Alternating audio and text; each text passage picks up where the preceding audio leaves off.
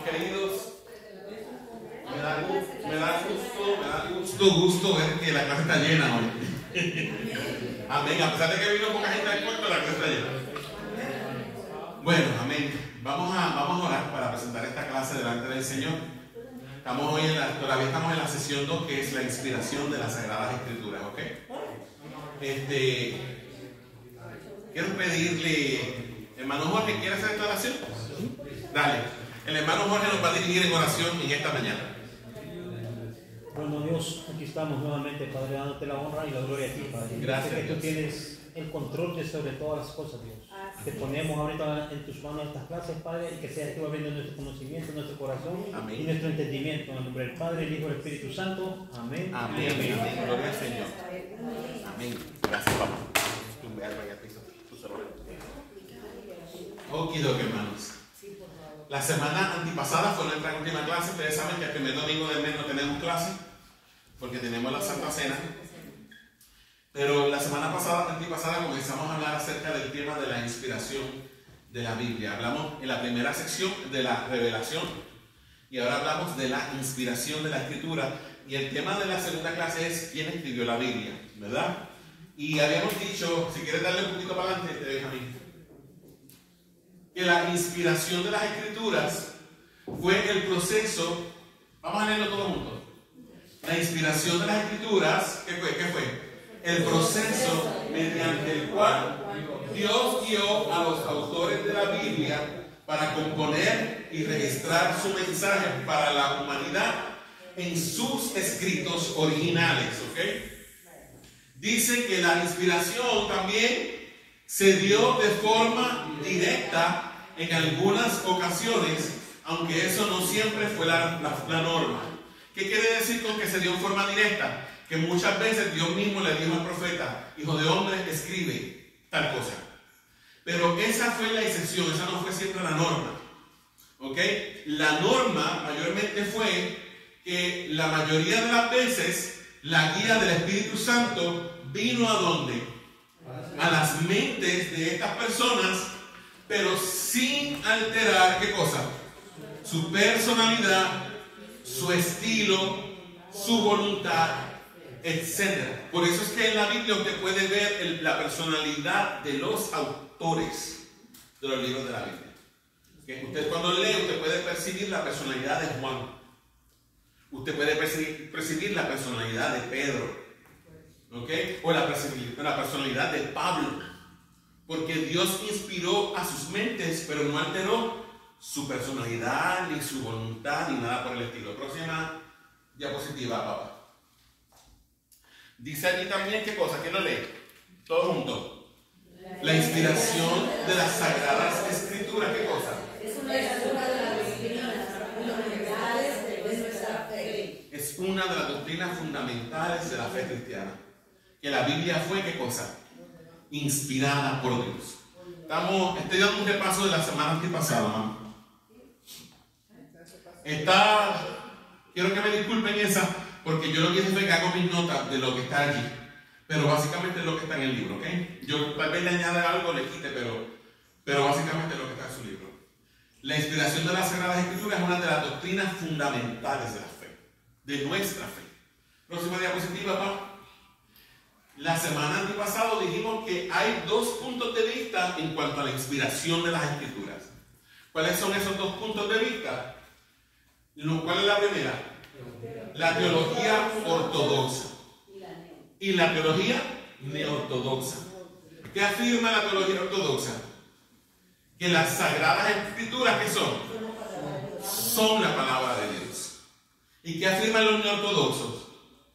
Que la Biblia no es la palabra de Dios, pero que dentro de ellas están contenidas las palabras de Dios. ¿Ah? Muy bien, que lo notaste, muy bien. Los ortodoxos dicen que este libro que está aquí, el ortodoxo dice, esto es la palabra de Dios.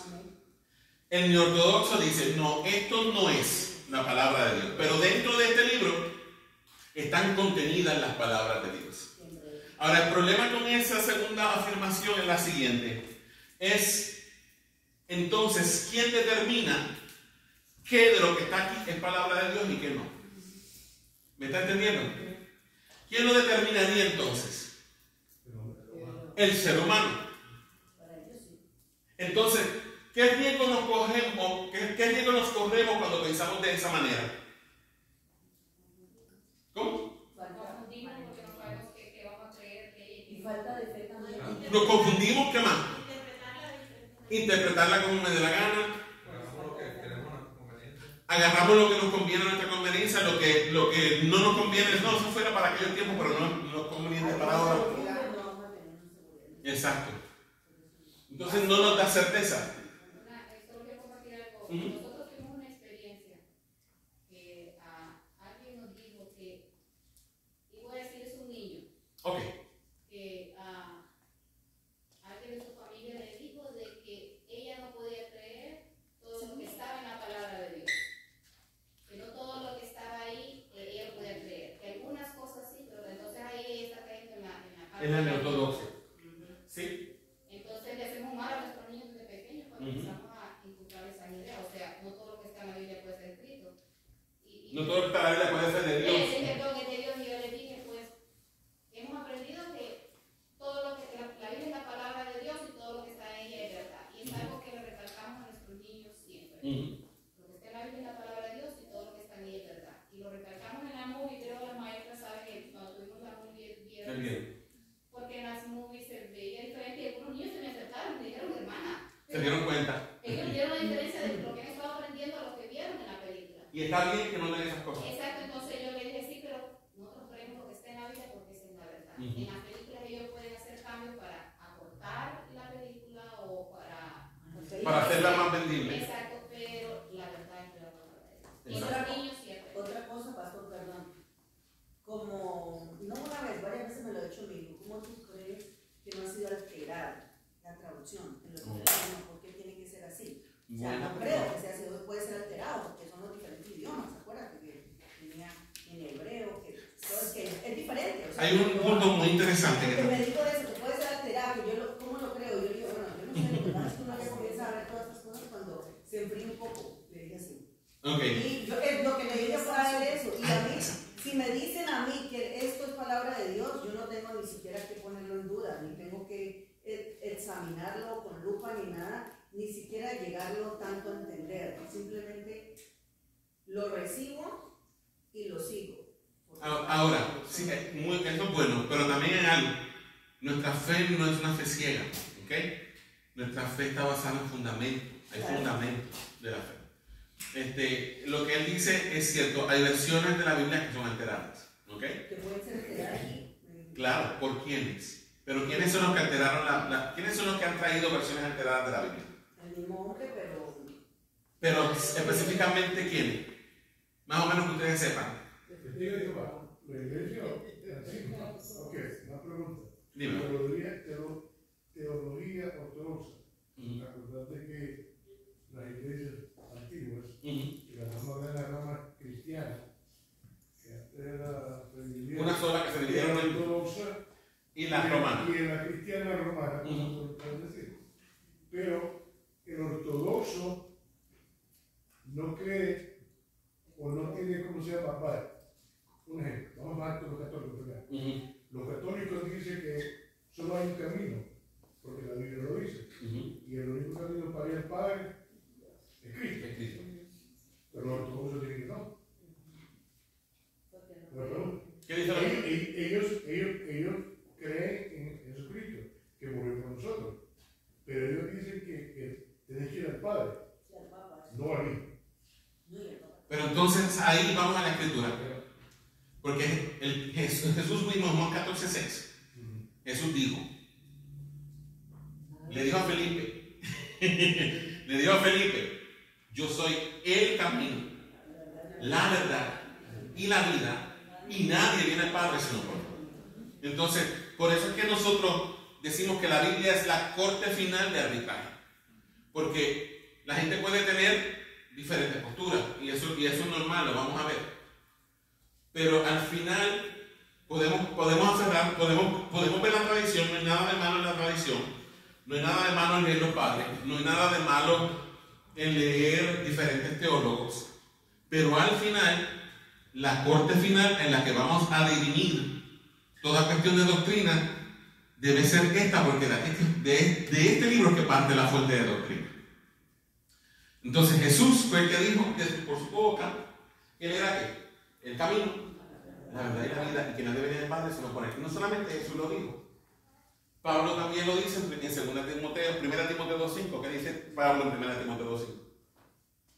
Porque hay un solo Dios y un solo mediador entre Dios y el hombre, Jesucristo hombre. Y en Hebreos, ¿qué dice el autor de Hebreos? Que Cristo es nuestro sumo sacerdote delante de ¿quién?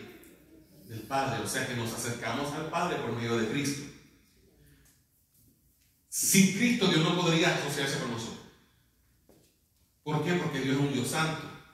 Y en nosotros hay ¿qué? Pecado.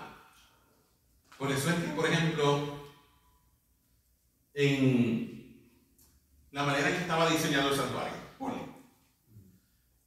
estaba dividido en cuántas áreas. ¿Te acuerdas? ¿Te acuerdas, Carlos? El santuario de los judíos en el desierto.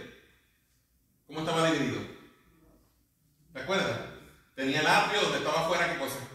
El altar de bronce donde se sacrificaban los animales, estaba el lavacro, después estaba la tienda donde estaba el lugar santo, y estaba el lugar santísimo donde estaba el arca del pacto con la presencia de Dios, que representaba la presencia de Dios. ¿Qué había entre el lugar santo y el santísimo? Un velo. ¿Y solamente quién podía entrar? El sumo sacerdote. ¿Podía entrar cada vez que le diera la gana? ¿Cuántas veces entraba? Una vez al año. ¿Pero qué tenía que hacer para poder entrar primero allí? Se purificaba. ¿Qué ofrecía primero? Sacrificio. ¿Por quién? ¿Por los pecados de quién primero? De él mismo. Y después de los del pueblo. Y después que hacía sacrificios por sus pecados y por los del pueblo, presentaba la sangre ¿de dónde? La llevaba al propiciatorio en el arca del pacto. Pero para entrar al arca del pacto, allí a ese santuario tenía que pasar ¿por dónde? Por debajo de la cortina, porque la cortina no estaba dividida, era una sola pieza. ¿Y qué tenía en su traje abajo? Tenía campanita. ¿Por qué tenía campanita? ¿Y qué más hacía la gente cuando el sacerdote entraba? Antes de que el sacerdote entrara, ¿le amarraban qué? Una soga en la pierna. Porque mientras ellos oyeran las campanitas, ok, todavía el sacerdote está vivo. Porque siempre hay pecado. Pero si el sacerdote se moría allá adentro, nadie podía entrar a sacarlo. O sea que ya que sacarlo. Porque por la santidad de Dios, porque Dios es un Dios santo. Entonces, la única manera en la que Dios se acerca o se familiariza con nosotros es por medio de Cristo. Porque Cristo, ¿qué tiene? ¿Qué es Cristo? ¿Cuántas naturalezas tiene Cristo? Dos. La divina y la humana. Las dos en una unión hipostática de una sola persona. ¿Ok? Por eso Él puede ser mediador entre Dios y nosotros, porque Él es tanto Dios como hombre. ¿Ok?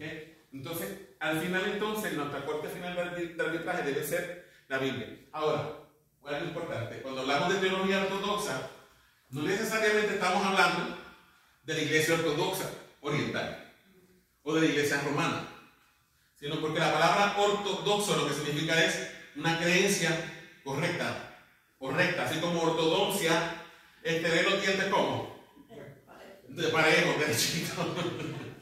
Entonces, para nosotros, los de corte reformado, una teología ortodoxa o correcta está basada en las Escrituras. Ahora, nosotros creemos en un principio que se llama el principio de la sola Escritura. La sola Escritura no es una doctrina, es un desarrollo teológico que se derivó a través de los siglos, a través del estudio de la misma Escritura. La sola Escritura no niega ni las confesiones históricas de la Iglesia. Me refiero a la confesión, al credo apostólico, al credo niceno-constantinopolitano, que nos recitamos aquí en los domingos. Ni niega las confesiones de fe, no se niega. ¿ok? Sino que toda esa historia, todos los credos, todas las confesiones, en última instancia, ¿a dónde vamos a apelar su doctrina? Aquí. Esta es la corte final de arbitraje. ¿Ok? Creemos todo lo que los credos confiesen, siempre y cuando se sujeten a ¿qué? A la corte final de arbitraje. Yo quiero que hay algo que quiero que ustedes entiendan.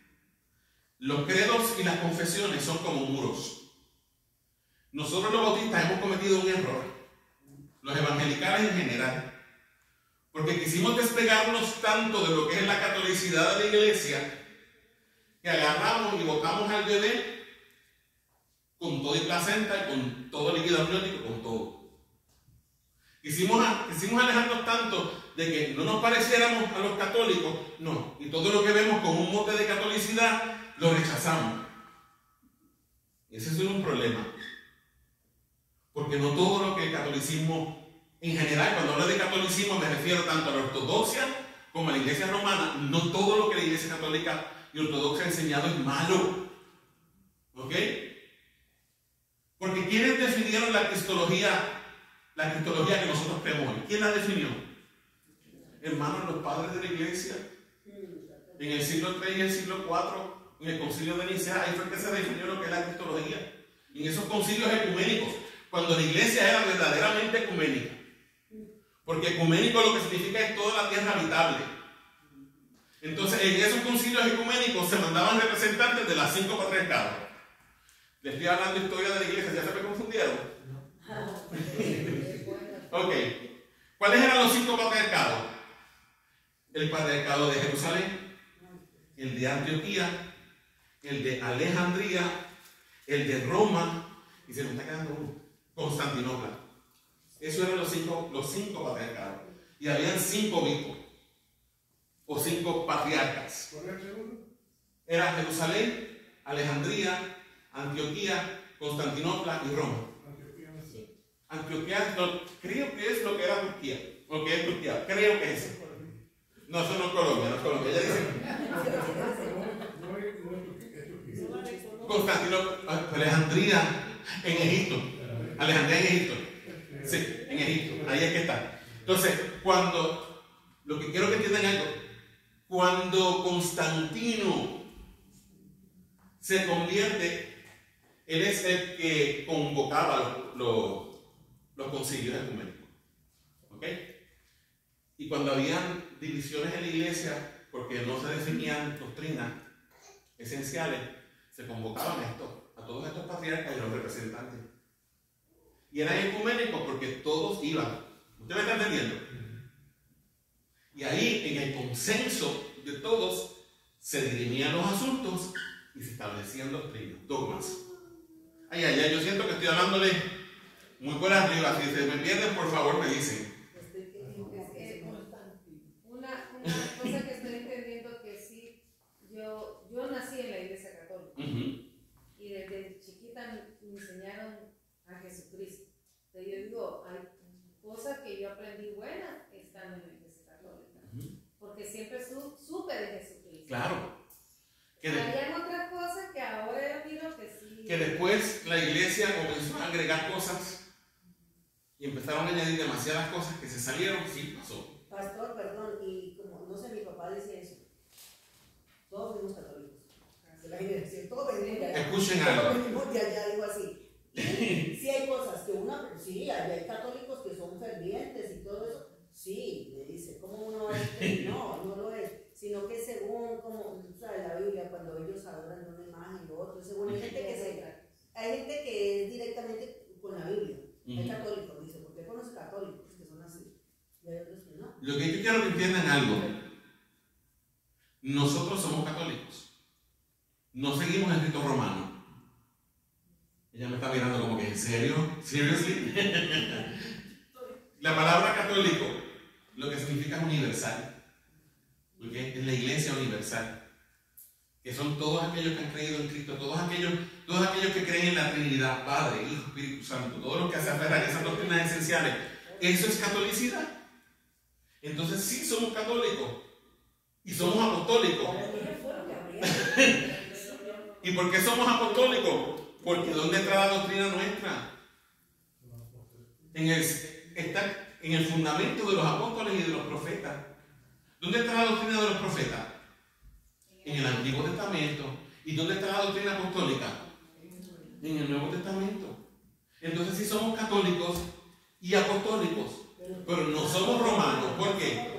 Porque no nos sujetamos a los dogmas de la Iglesia Católica. Y para tú ser romano, tú tienes que sujetarte al dogma romano. O sea, católico, apostólico, ahí para de contar. Las iglesias reformadas son católicas porque aceptamos los concilios ecuménicos originales y nos aferramos a los credos y a las confesiones originales. ¿Ok? Y eso es importante que usted lo sepa. Los bautistas, nosotros somos una iglesia confesional. ¿Usted quiere saber nuestra confesión? Busque la Confesión de Fe de Londres de 1689. Ahí está nuestra confesión de fe, que está basada en la Confesión de Fe de Westminster. Con ciertas diferencias, porque la de Westminster es la que abrazaron los anglicanos y los presbiterianos, que son paidobautistas. Nosotros no somos paidobautistas, nosotros somos credo bautistas. Y ella me está mirando como cada vez más confundida. ¿Está bien? Ok. Ciertas diferencias. Acuérdense lo que decía San Agustín. En lo esencial tiene que haber ¿qué? ¿Uni qué? En lo esencial ¿qué? Unidad. ¿Y qué es lo esencial? Esas doctrinas están en el credo. Creo en Dios Padre Todopoderoso. Creo en Jesucristo, su único Hijo, nuestro Señor, que fue concebido por obra del Espíritu Santo en el vientre de María, la Virgen. Creo en el Espíritu Santo, Señor y dador de vida. Creo en la Santa Iglesia Católica o la Iglesia Universal. Lo varié aquí, puse universal para no causar escándalo en la mente de la gente. ¿Ok? Pero universal y católico es lo que significa lo mismo. Es lo mismo. O sea, que cuando alguien le pregunta, ¿usted es católico? Puede decirle en toda confianza, soy católico y apostólico. Evangélico. No me sujeto al Papa de Roma. ¿Ok? Y no me puedo sujetar. Porque en última, mi conciencia a quien está cautiva no es a lo que un hombre diga o lo que un hombre determine como dogma. Y que me diga, si tú no crees que la Virgen María subió asunta al cielo, te vas a condenar y vas a irte al infierno. Yo no puedo creer eso. Porque yo no puedo creer en la asunción de María. Porque no hay nada en la Escritura que me diga eso. Porque yo no puedo ver a María como corredentora. Porque no hay nada en la Escritura que me hable de eso. Porque no fue lo que enseñaron ninguno de los apóstoles, ni siquiera Juan, que la tuvo en su casa. No fue lo que enseñaron los primeros padres de la iglesia. La doctrina mariana empieza a desarrollarse luego del siglo V o VI. O sea, ya bastante lejos de la era bien primitiva de la iglesia. Y mayormente empieza a desarrollarse a partir de los evangelios apócrifos. Y de historias, y de poesías, y de poemas. Entonces, ¿qué hizo la Reforma protestante? Ay, ya me fui de la clase y estoy con la Reforma.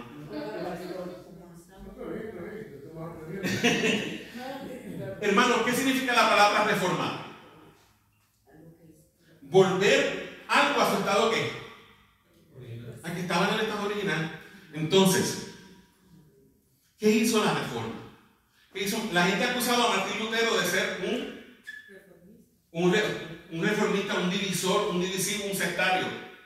Hermanos, el deseo de Martín Lutero jamás fue dividir la iglesia y dejar de ser católico. Él era un hijo fiel de la iglesia católica. El problema de Martín Lutero fueron las indulgencias. Ese fue el problema de Martín Lutero. Que la iglesia estaba abusando de la gente, vendiéndole el perdón de los pecados cuando Cristo lo ofrece gratuitamente en la cruz. ¿Usted me está entendiendo? Ese fue el problema de Lutero. Y por eso clavó las 95 tesis en la puerta de Wittenberg. Todavía él era católico. Y usted lo ve en las 95 tesis que todavía él era católico, porque todavía todavía él veía al Papa como el vicario de Cristo, como el siervo de Dios. Lo que él no creía era en las indulgencias, en estas ventas que le estaban haciendo a la iglesia, a los fieles, explotando a la gente para construir la Basílica de San Pedro. Eso fue todo, y eso fue lo que explotó esa revolución que llamamos la Reforma Protestante. ¿Qué trajo la Reforma Protestante? La Reforma devolvió la Biblia a las manos de ¿quién? De la gente. ¿Quién tenía secretada la Biblia? Los sacerdotes, y no todos, ni siquiera todos los sacerdotes podían leerla, porque un sacerdote común del pueblo no podía leerla. La leían que los que eran profesores, los cardenales, los obispos, eso sí, y la interpretaban para el pueblo. Entonces le decían al pueblo que ellos tenían que creer basado en las interpretaciones de ellos. Pero además de eso, ¿cuál era la versión oficial que usaban los cardenales?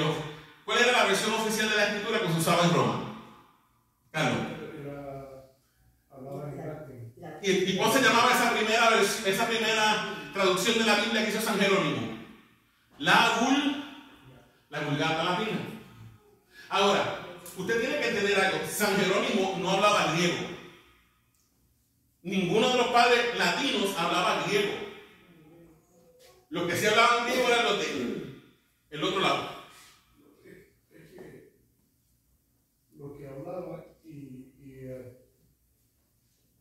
Carlos, hermano, Carlos es una persona bien instruida. Hablaban en latino y leían en latino, pero el pueblo no sabía latino. Exacto. Okay, una pregunta, tío. La Iglesia Católica, muchos no están de acuerdo con los padres, la Iglesia Católica, yo soy católico y vengo de tíos que son padres, tengo tías que son monjas.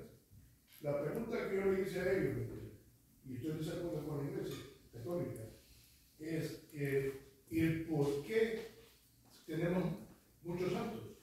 ¿Sabes qué es lo que me dio mentira? Bueno, ya la repitió ella, ¿no?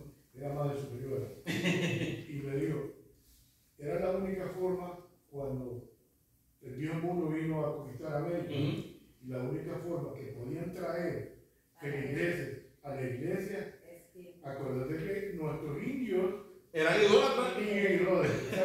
Para que hacen imágenes, pero ¿por qué? Pues si la Biblia nos dice que no podemos tener imágenes de Éxodo 20. Exacto. No podemos tener nada arriba, ni abajo, ni debajo de la tabla. Porque yo soy Jehová, te voy a castigar de 1 a 2 a 3 generaciones. Seguro. Y digo yo, pero eso, me dice ella, fue uno de los errores de la Iglesia Católica. Que no la pudo quitar. Exacto.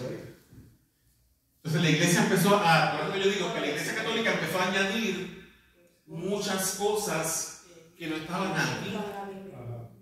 Entonces, va a las iglesias latinoamericanas y a la Iglesia Católica, estamos hablando de la Iglesia Católica de Latinoamérica, la Iglesia Católica de aquí en los Estados Unidos. Acá son más racionales. Son más racionales, ven 1, 2, 3 santos. Va a la hasta la Santa Muerte.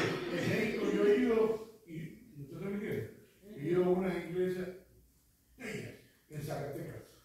Yo fui a estudiar unos años allá. Te digo que las imágenes que estaban ahí, Te bendiga, arriba, el techo era de oro.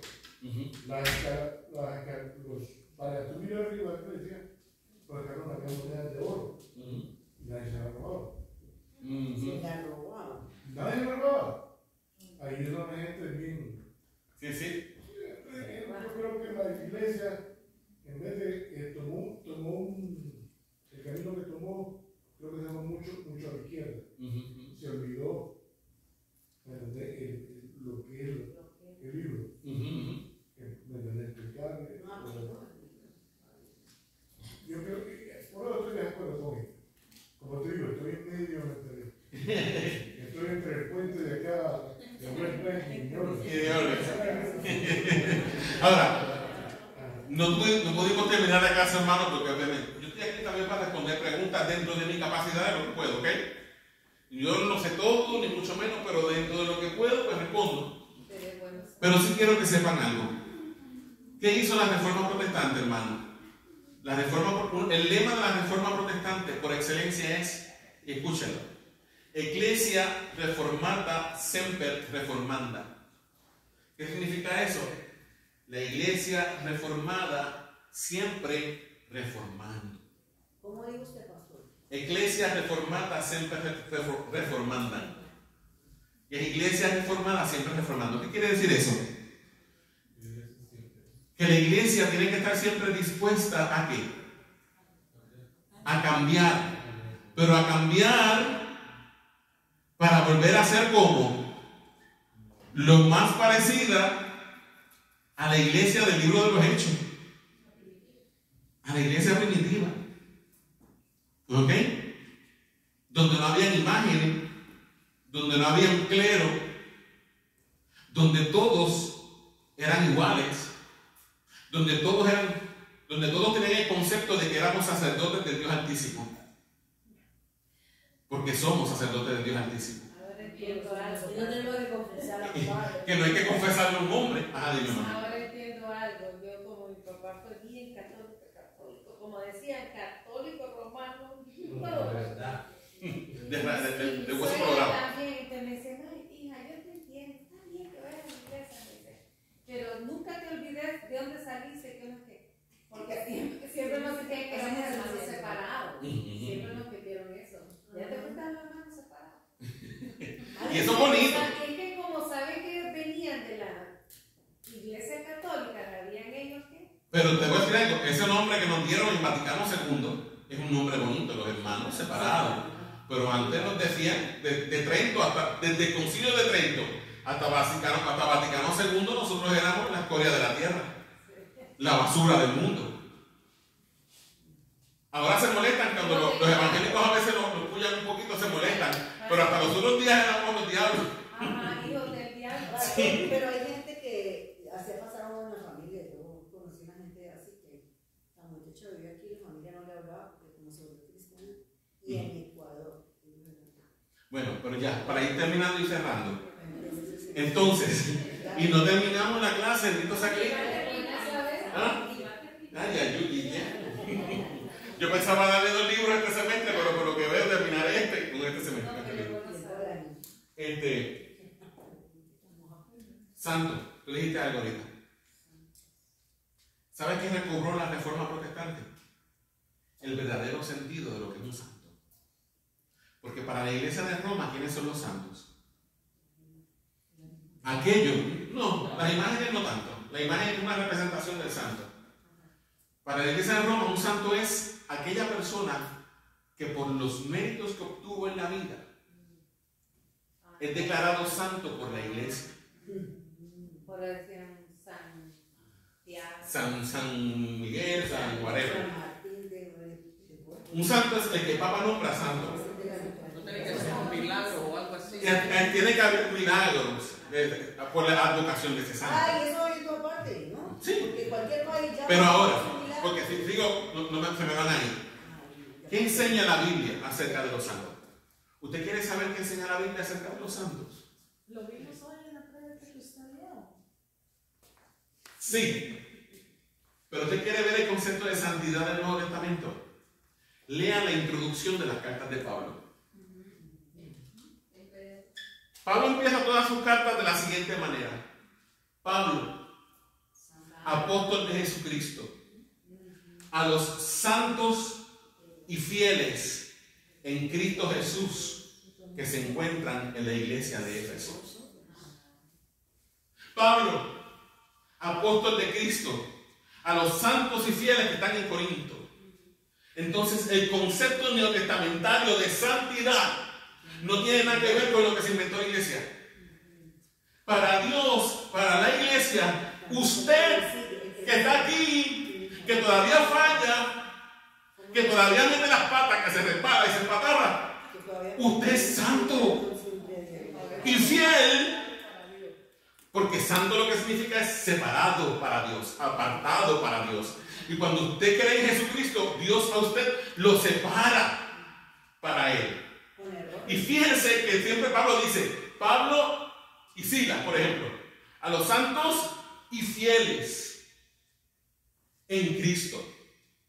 Entonces nuestra santidad no es basada en mérito que yo tenga, sino basado en ¿qué? En los méritos de ¿quién? De Cristo, que me son imputados cuando creo. La salvación de la iglesia romana es por gracia, se lo he dicho, no piensen, porque a veces la gente dice, la iglesia católica enseña salvación por obra. No, la iglesia católica enseña salvación por gracia. Pero el concepto de gracia que tiene el católico y el concepto de gracia que tenemos nosotros es distinto. Porque para el católico la gracia se va dando infusamente. A medida que la persona va cumpliendo con los sacramentos de la iglesia, con los pasos de la iglesia, entonces Dios va echándole ¿qué? Ah, te bautizaste, mija, un chorrito de gracia. Ahí va.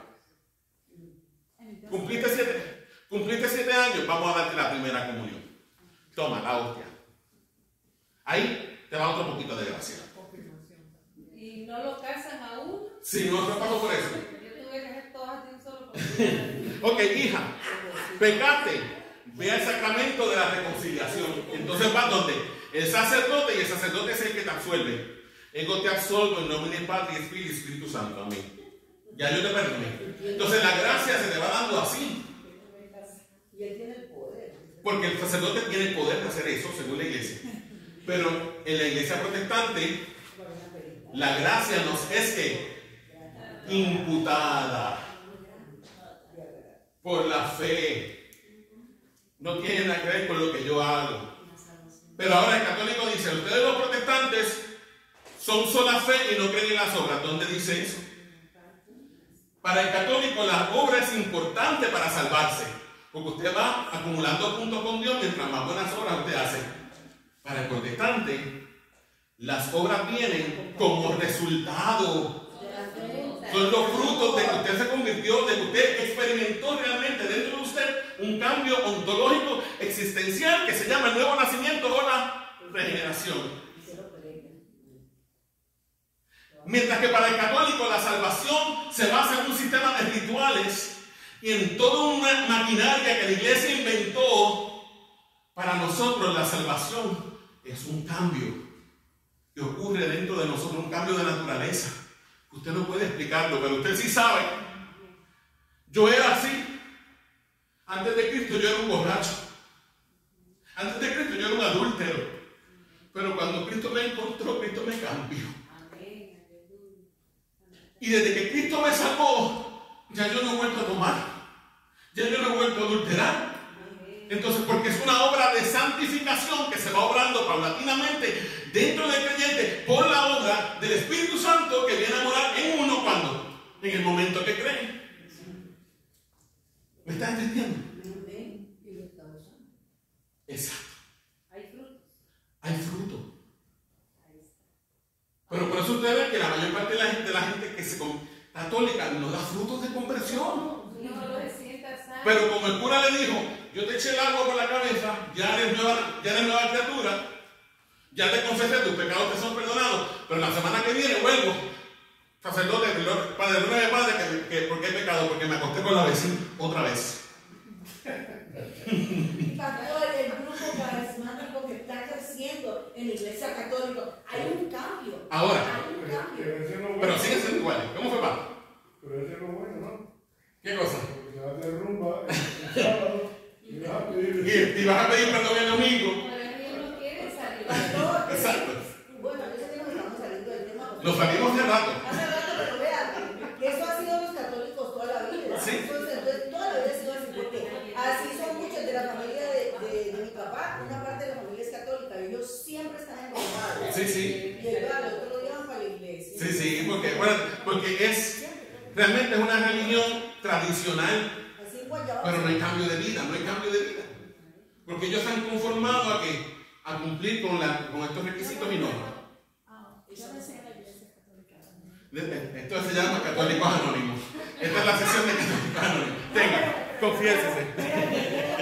No, pues de toda la vida ya son con mi Yo recuerdo cuando era pequeña y que mi abuelita me llevaba a la iglesia. tenía que ir a confesarme. Había días que yo me sabía que confesar porque en mi mente de niña yo decía que, y yo me sentaba y yo inventaba, yo no sabía qué decir, locura, porque yo en mi mente de niña, yo nunca pensé que estaba haciendo nada malo. Ahora, ¿qué diferencia tan grande hay entre eso? ¿Qué diferencia tan grande hay entre eso que tú estás diciendo y entre ser convicto por el Espíritu Santo? Tocado por eso. Que de momento tú hiciste algo y tú sientes esa voz del Espíritu Santo dentro de ti que te dice, aunque lo que tú hayas hecho para ti tal vez fue algo insignificante, le hablaste mal a alguien, le saliste de atrás para adelante, como decimos nosotros. Y eso era parte de tu vida antigua, pero de momento le saliste de atrás para adelante a alguien y aquello, el Espíritu Santo. Pastor, perdón. Pide perdón. Pero los padres de uno, los míos también, porque era cuando estábamos pequeños, y nos llevaban y nosotros teníamos que ir, mi hermano y yo, teníamos que ir obligadamente, o si no, no podíamos salir con los amigos en el fin de semana. Teníamos que ir a la iglesia, había que, eso no era, y mi papá también, él era el que más se metía en la Biblia, eso sí, toda la vida fue. Por eso fue el primer cristiano ahí de la casa. Él se metía y él siempre estaba así, y él decía que si nosotros, mi hermano y yo, no íbamos a ir a la iglesia, cancelado toda la semana, no puede salir a nada, solamente a la escuela y ya. Ahora, Nelly menciona algo rapidito y ya con esto sí cierro. Nelly menciona los grupos carismáticos dentro de la iglesia católica. Los grupos carismáticos dentro de la iglesia católica surgen como una respuesta al crecimiento de las iglesias pentecostales en Latinoamérica. Que se estaban quedando con el canto, como decimos nosotros. Entonces, ¿qué pasa? La iglesia se ve, a partir del Concilio Vaticano II, la iglesia se nota, y me están mirando con unos ojos preciosos, te amo, papi.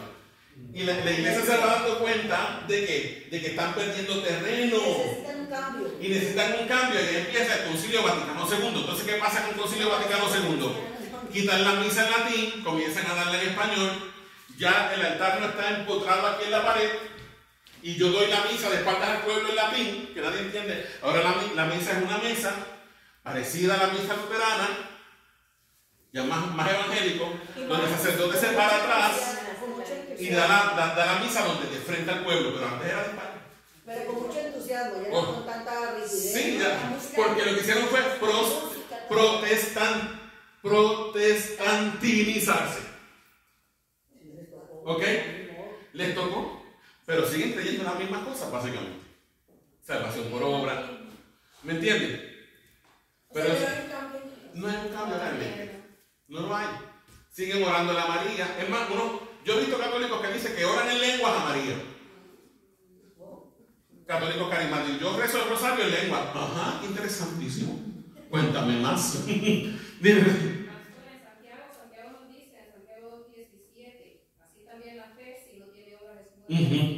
Amén. Porque muchas veces creemos y nos hacemos creer, pero nos engañamos a nosotros mismos. Yo tengo fe en Dios y yo nací de nuevo, pero mis obras están diciendo todo lo contrario. Exacto. De lo que estoy diciendo. Es lo que hemos dicho. Dime, Tania. Bueno, ahorita de todo lo que ustedes están platicando de la santidad y de que el Papa designa a una persona que debe ser, si él decide si es santo o no, y de la santidad. Yo cuando fui niña, como eso de los 10, 11 años, mis papás empezaron a ir a la iglesia cristiana y yo empecé a la iglesia cristiana y a mí me gustaba mucho la iglesia cristiana. Entonces yo empecé a tener como visiones de Dios a esa edad tan pequeña y yo no conocía la Biblia. Entonces Dios, ahorita que está hablando de la santidad, que usted dice que somos unas personas santas, Dios así lo designaba porque Él me mostraba que las personas a veces teníamos las vestiduras blancas o las vestiduras más sucias y eso se daba conforme lo dijo la hermana ahorita lo que acaba de decir, que es conforme a nuestras obras. De nosotros hagamos buenas cosas, nos portemos bien, porque yo era una niña y yo me acuerdo que obedecía a mis papás. Entonces las vestiduras eran blancas, pero Dios decía, cuando uno se portaba mal, Dios, por favor, perdóname, yo hice esto mal, yo me ponía a llorar y entonces yo decía, yo te perdono, y entonces tus vestiduras las limpio, y mi copa, decía, mi copa está rebosando contigo, pero yo era una niña chiquita, y todo esto que usted está platicando me hizo recordar esos momentos de que Dios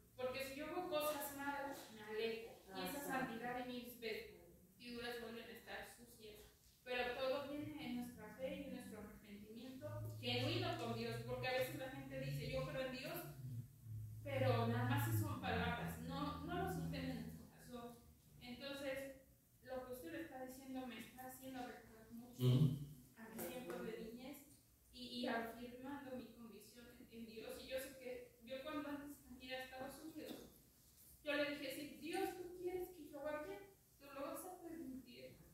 Y Dios lo permitió. Llegué a Estados Unidos y teníamos muy poco dinero, mi esposo y yo. Y Dios ha sido muy bueno porque la gente nos ha regalado cosas. Y mi casa parece que, ¿verdad? Mi casa ya tiene muebles y yo no he gastado ni un peso. Y es por la gracia de Dios, porque Dios así lo quiso. Entonces, pues yo estoy muy agradecida con Dios por todo. Y Dios existe. Y te ha dado una iglesia. Ahora, hija, yo creo que Dios te trajo a esta iglesia porque quiere darle forma a tu mente teológica. ¿Okay? La salvación es por gracia, no por las obras nuestras. Las obras vienen como el resultado de la salvación primero, de esa obra interna de la gracia de Dios en nosotros que viene por la palabra. Amén. No sé si me estás captando, ahorita te vi confundida. Viene primero la gracia salvadora que nos salva y las obras salen como resultado de esa gracia. ¿Cómo te lo explico? Ay. Quiero terminar, pero no puedo.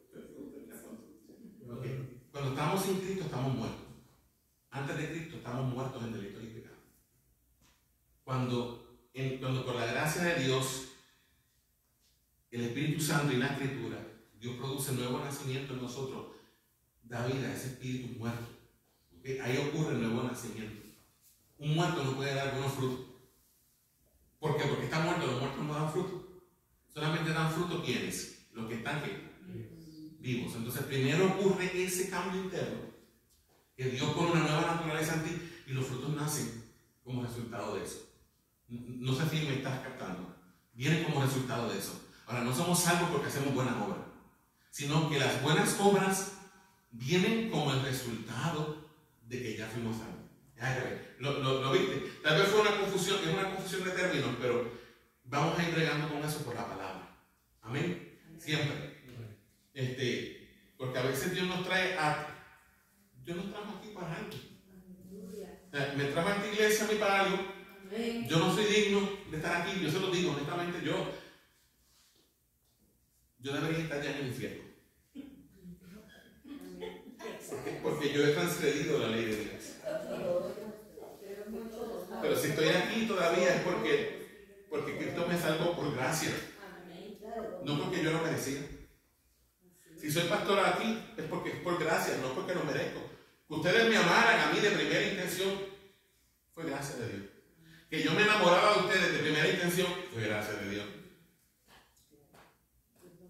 Pastor, estoy hablando aquí, mire, en la segunda parte del versículo 18 de Santiago 2:18 dice: muéstrame tu fe sin tus obras, y yo te mostraré mi fe por mis obras. Y en el 26 dice: porque como el cuerpo sin espíritu está muerto, así también la fe sin obras está muerta. Entonces esa es la parte en la que a veces nos confundimos. Entonces, queremos hacernos ver como personas de fe, pero las obras están diciendo todo lo contrario. La gente que dice que salva pero no produce obras, que realmente está demostrando.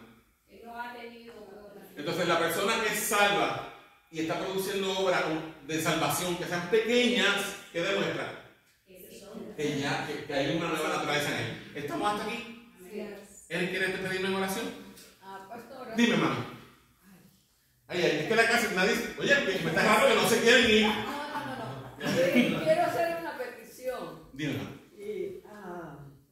Me puso el Señor en mi corazón. La mamá de María tiene un tumor canceroso en el cerebro. Y lo tiene pequeño. Y si le va subiendo, puede ser más peligroso.